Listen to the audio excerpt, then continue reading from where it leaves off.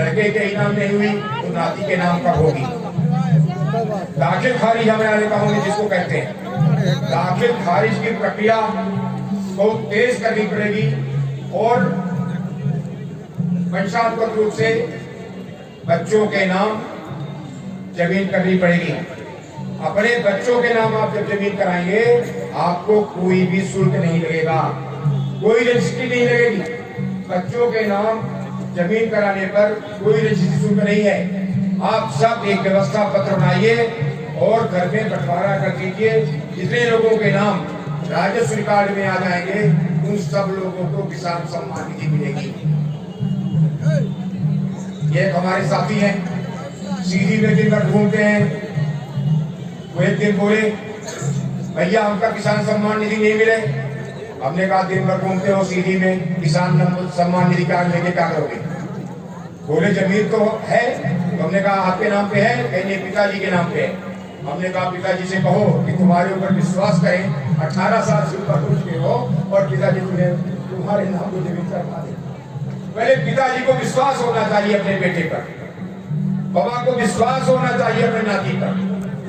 ये विश्वास पैदा कीजिए और करवा लीजिए।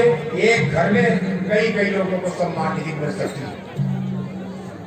इस तरह से आपको ये सब लाभ मिलेगा।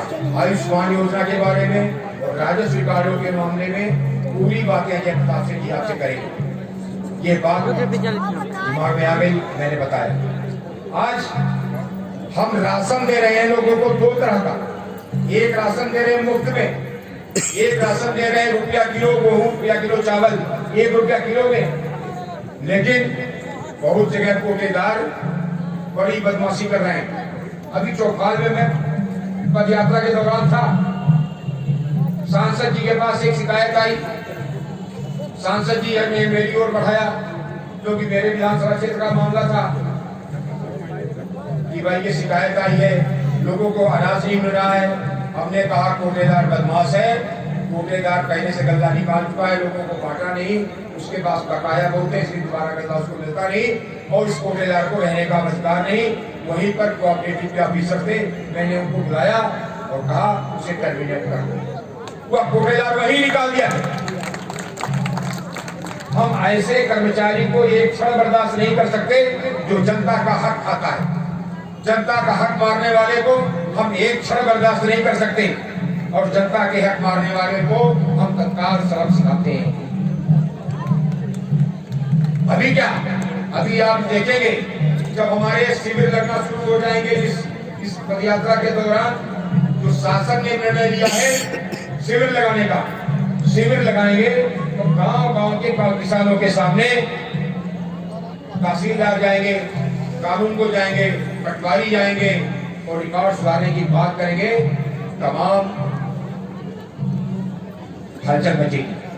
हलचल इसलिए मचेगी, चतुर लोग परेशान होंगे, बदमाश लोग परेशान होंगे, सहज लोग आराम पाएंगे। सहज लोगों को उनकी जमीन मिल जाएगी और चतुर लोग बदमाश जो दबाए हुए हैं वे मारे जाएंगे। ये बहुत साधारण प्रोग्राम नहीं है, ये बहुत क्रांतिकारी प्रोग्राम है। आज अगर सबसे अधिक दिक्कत किसी बात की है तो राजस्व रिकॉर्ड में संशोधन की बात है। राजस्व रिकॉर्ड में संशोधन के लिए तहसीलदारों के द्वारा जब कैंप निकाला जाएगा तो बहुत सारे ऐसे मामले जो बिना मतलब अदालतों में उलझे हुए हैं खत्म हो जाएंगे। बहुत सारे ऐसे मामले जो बिना मतलब के इधर उधर लोगों को परेशान किए हुए हैं सब समाप्त। आप जानते हैं ये माताएं हमारी बैठी हैं, बहनें बैठी हैं, भारतीय जनता पार्टी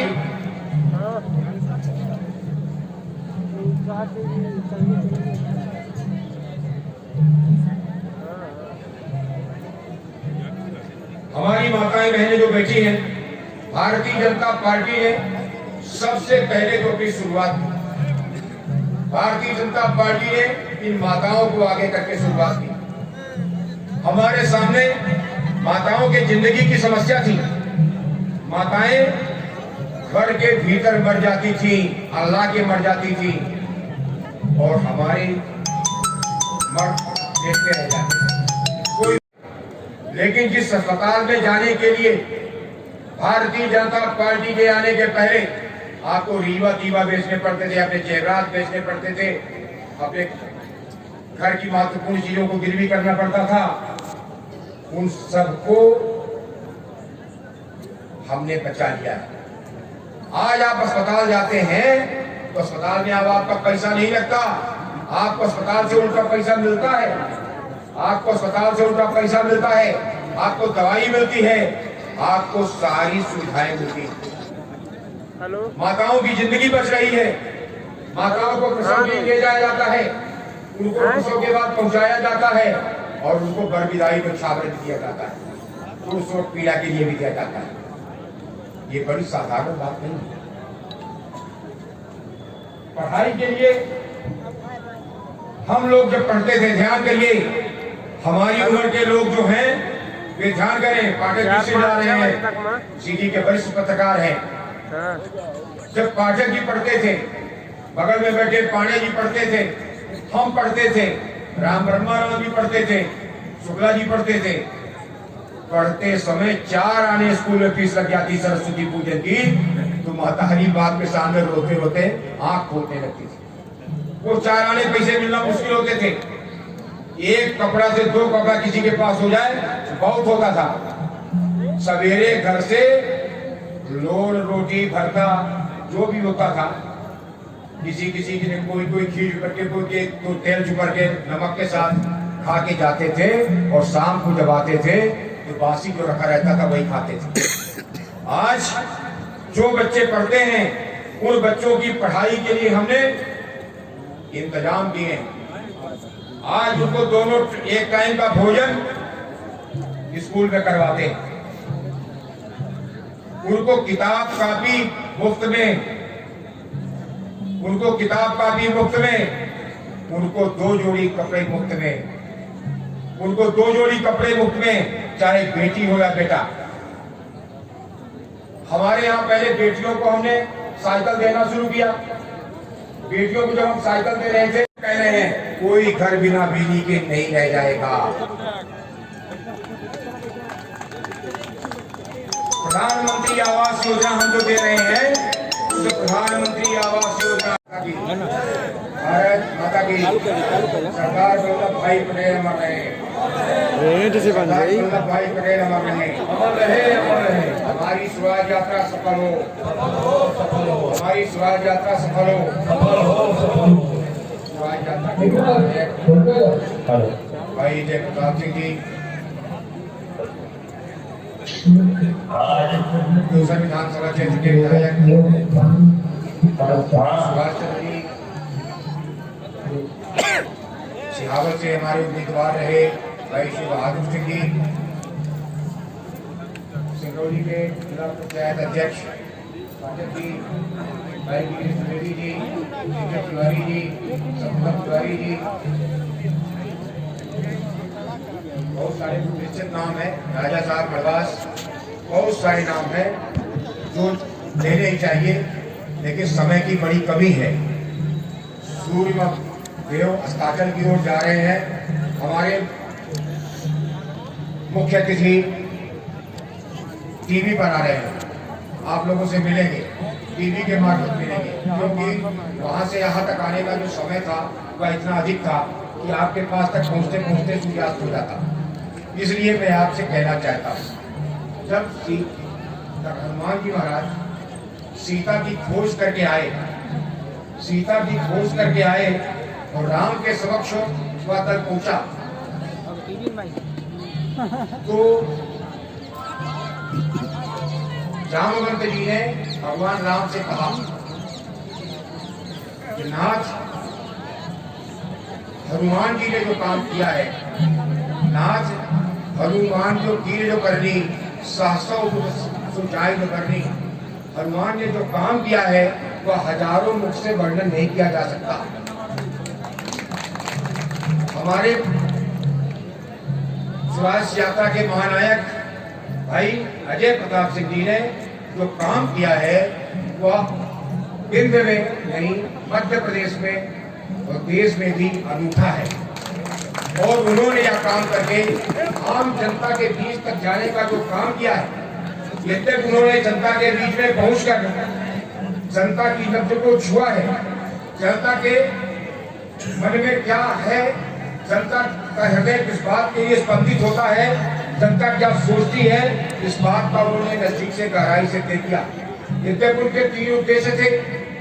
गरीबों को इलाज के लिए आयुष्मान योजना मिल जाए, लोगों के रिकॉर्ड सुधर जाए, और बोलो इसका रिमोट देना,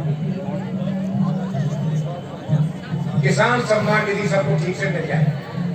ये 3 मांगे उनकी सार्वजनिक थी, लेकिन इन 3 के अतिरिक्त जनता के बीच में जाकर के उन्होंने वह सब सुना, वह सब जाना जो जनता के बीच में जानने लायक है, समझने लायक है। एक बार महात्मा गांधी से लोगों ने पूछा, बाबू आप अक्सर ऐसा पदयात्रा करते हैं, उपवास करते हैं, वजह क्या है? बापू ने कहा कि अगर भारतवर्ष को जानना है, भारतवर्ष को समझना है, तो भारतवर्ष की पदयात्रा करो, पैदल गांव के लोगों तक पहुंचो। क्या महात्मा गांधी का कहना था? बाहर में सुना गांधी जी ने कहा कि देश की जनता के बीच में जाओ, पहुंचो। हम लोगों ने जब राजनीति शुरू की थी तब पैदल चलना मजबूरी थी। उस समय सड़क गाड़ी घोड़ा नहीं थे, सड़कें भी नहीं थी, अभाव था। हम लोगों ने पैदल गांव गांव तक यात्राएं की थी। हमने कुछ जीप से, कुछ पैदल, कुछ साइकिल से ऐसी भी यात्राएं की।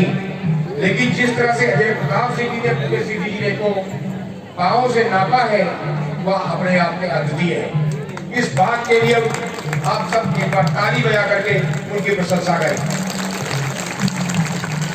बंधुओं, आप सब जिन बातों की उम्मीद लगा करके आए हैं, उन बातों पर हम सब खरे उतरेंगे।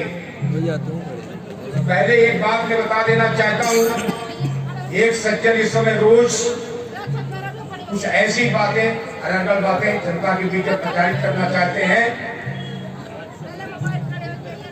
जो असंभव जैसा है।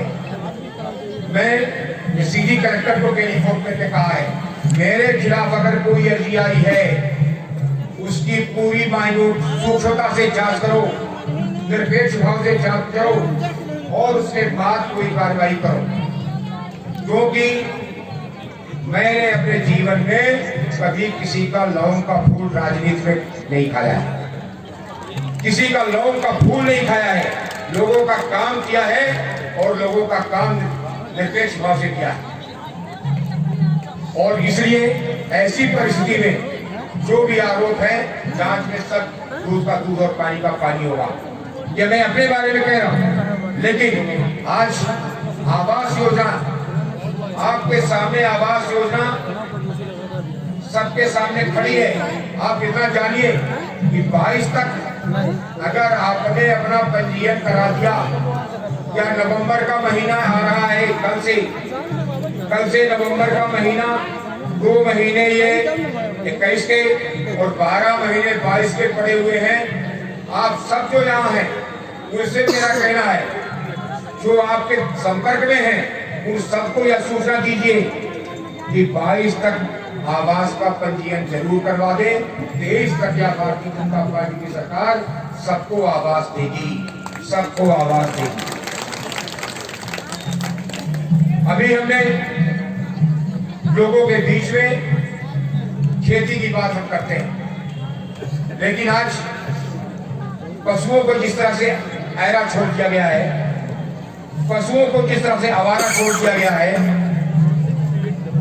और मजदूरों को भी हमने भरपूर राशन दिया है।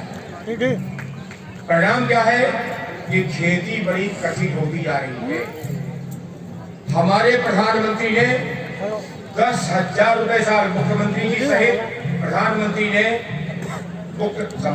प्रधानमंत्री सम्मान निधि और मुख्यमंत्री किसान कल्याण योजना, इनके मार्फत 10,000 रुपए किसानों को हम दे रहे हैं, इसलिए कि किसान खेती करता रहे, किसान खेती से पलायन ना करें।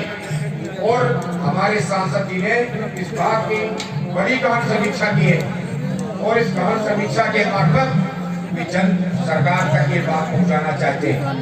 आप सबसे मेरा आग्रह है इस किसान सम्मान निधि के लिए जिनके पंजीयन नहीं हुए हैं, गांव के हमारी राजस्व विभाग के शिविर भी लगने वाले हैं। गाँव राजस्व विभाग के शिविर लगेंगे, हमारे तहसीलदार, एसडीएम, एसडीओ, कलेक्टर भी और तमाम सारे लोग जाएंगे।